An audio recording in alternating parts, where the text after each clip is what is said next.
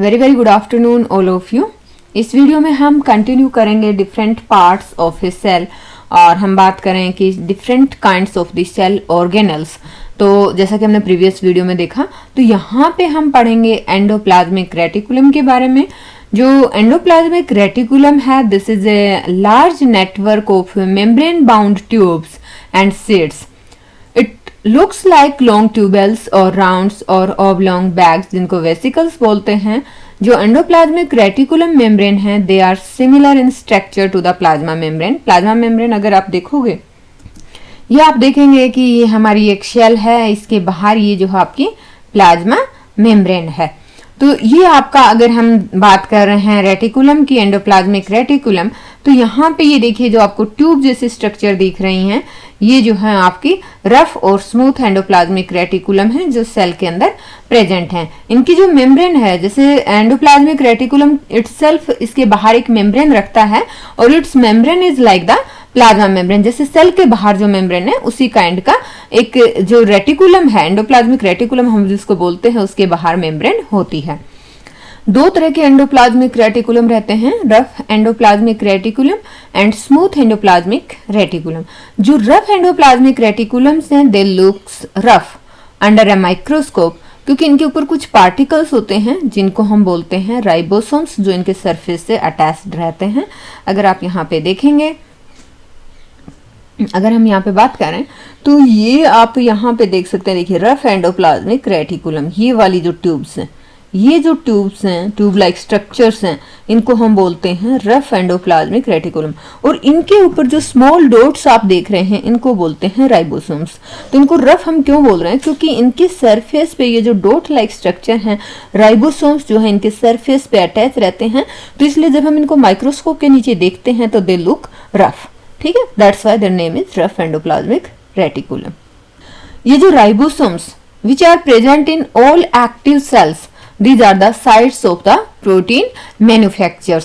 तो अगर आपसे क्वेश्चन बनता है कि आपकी सेल के अंदर प्रोटीन मैन्युफैक्चर कहाँ पे होता है, तो कौन करता है? राइबोसोम्स होता है। राइबोसोम्स सेल के अंदर प्रेजेंट होते हैं और राइबोसोम्स जो हैं are the sites for the protein manufacture.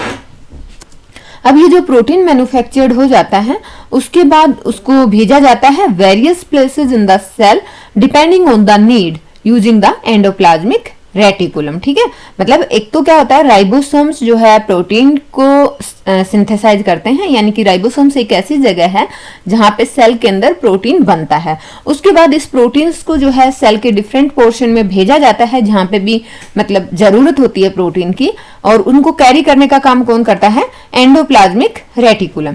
जो स्मूथ एंडोप्लाज्मिक रेटिकुलम्स हैं, they helps in the manufactures of the fat molecules, और हम यूं कहें कि लिपिड्स मॉलिक्यूल्स की मैन्युफैक्चरिंग में हेल्प करते हैं। तो सबसे पहले हमने देखा दो तरह के एंडोप्लाज्मिक रेटिकुलम्स होते हैं। इनकी जो मेम्ब्रेन होती है वो लाइक सेल की जो प्लाज्मा मेम्ब्रेन होती है उसी के जैसी दिखाई देती है। फिर हमने ये पढ़ा कि जो रफ एंडोप्लाज्मिक रेटिकुलम्स हैं, उनको हम इसलिए रफ बोलते हैं क्योंकि उनके सरफेस पे राइबोसोम्स रहते हैं। ये वही राइबोसोम्स हैं जो प्रोटीन मैन्युफैक्चर करते हैं। उसके बाद प्रोटीन जो है, जैसे राइबोसोम्स की साइड पे बने, उसके बाद सेल के डिफरेंट पार्ट्स में ये जो प्रोटीन्स है इनको ट्रांसपोर्ट किया जाता है, और इनको ट्रांसपोर्ट करने का काम कौन करता है? Endoplasmic reticulum. अगर हम स्मूथ एंडोप्लाज्मिक रेटिकुलम्स की बात करें तो वहां पे फैट मॉलिक्यूल्स का मैन्युफैक्चर होता है, जो कि सेल के इंपोर्टेंट फंक्शंस को कैरी आउट करने के लिए यूज होती है। आपकी जो लिपिड मॉलिक्यूल्स या fat molecules, they are also important for the cell functions. अब हम बात करें जैसे कुछ प्रोटीन्स और लिपिड्स की, तो ये हेल्प करते हैं in building the cell membranes, और इस प्रोसेस को हम बोलते हैं मेम्ब्रेन बायोजेनेसिस।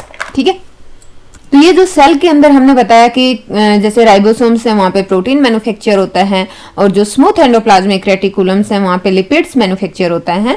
तो ये जो प्रोटीन और लिपिड्स हैं, ये सेल्स के मेम्ब्रेन को बिल्डअप करने में, उसको बनाने में हेल्प करते हैं, और इसी प्रोसेस को हम क्या बोलते हैं? Membrane biogenesis. Some other proteins and lipid functions as enzymes and hormones, यानी कि जैसे कुछ अदर प्रोटीन्स और लिपिड की बात करें तो दे फंक्शंस लाइक एंजाइम और हार्मोन्स। ऑल्दो जो हमारे एंडोप्लाज्मिक रेटिकुलम्स हैं they varies greatly in appearance in different cells. जैसे आप कभी किसी वेजिटेबल का सेल देख रहे हैं, लाइक आपने ओनियन सेल देखा, या कभी किसी एनिमल का सेल देखते हैं, लाइक आपने ह्यूमन सेल देखा, या किसी अदर एनिमल का सेल आप देखते हैं, तो आप देखेंगे कि एंडोप्लाज्मिक रेटिकुलम जो है उनकी अलग अलग अपीयरेंस है। It always forms a network system, और नेटवर्क सिस्टम आपको मिलेगा। सो यहाँ पे हमने क्या देखा कि जो एंडोप्लाज्मिक रेटिकुलम है उनका फंक्शन क्या है। एक तो उनका फंक्शन है कि they serve as a channel for the transport of the materials, especially जो है protein, between the various regions of the cytoplasm. और हम यूं कहें कि बिटवीन द साइटोप्लाज्म, क्योंकि साइटोप्लाज्म क्या है, सेल के न्यूक्लियस के बाहर जो एक लिक्विड मीडियम है, एक फ्लूइड मीडियम है, फ्लूइड टाइप का, जिसको हम बोलते हैं साइटोप्लाज्म। तो साइटोप्लाज्म में जो वेरियस रीजन्स हैं जहां पे भी प्रोटीन की जरूरत होगी तो वो वहां पे प्रोटीन सप्लाई करने का काम कौन करता है, एंडोप्लाज्मिक रेटिकुलम। तो एंडोप्लाज्मिक रेटिकुलम का फंक्शन क्या हो गया, to serve as a channel for the transport of the materials, especially proteins, between the various regions of the cytoplasm or between the cytoplasm and nucleus। क्योंकि ये जैसे हमारा nucleus है और ये साइटोप्लाज्म है, तो इनके बीच में जहां भी मतलब मटेरियल ट्रांसपोर्ट करना है तो वो काम कौन कर रहा है, हमारा endoplasmic reticulum. The endoplasmic reticulum also functions as a cytoplasmic framework providing a surface। एक तो मतलब आपका ट्रांसपोर्ट वाला काम तो कर ही रहे हैं, साथ में एक साइटोप्लाज्मिक फ्रेमवर्क का फंक्शन करते हैं और सरफेस प्रोवाइड करते हैं for some of the biochemical activities of the cell.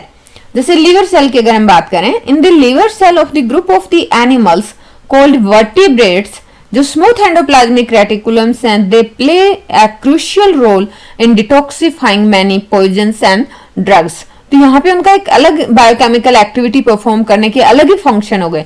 जैसे लीवर सेल में क्या करते हैं, बहुत सारे एनिमल्स में जो स्मूथ एंडोप्लाज्मिक रेटिकुलम्स हैं दे प्ले क्रूशियल रोल। क्या करते हैं कि जैसे लीवर के अंदर कुछ पॉइजन है, कुछ ड्रग्स हैं, तो उसको डिटॉक्सिफाई करने का काम करते हैं, यानी कि शरीर से बाहर निकालने का काम करते हैं। So this is all about endoplasmic reticulum. Thanks for watching the video. Jai Hind.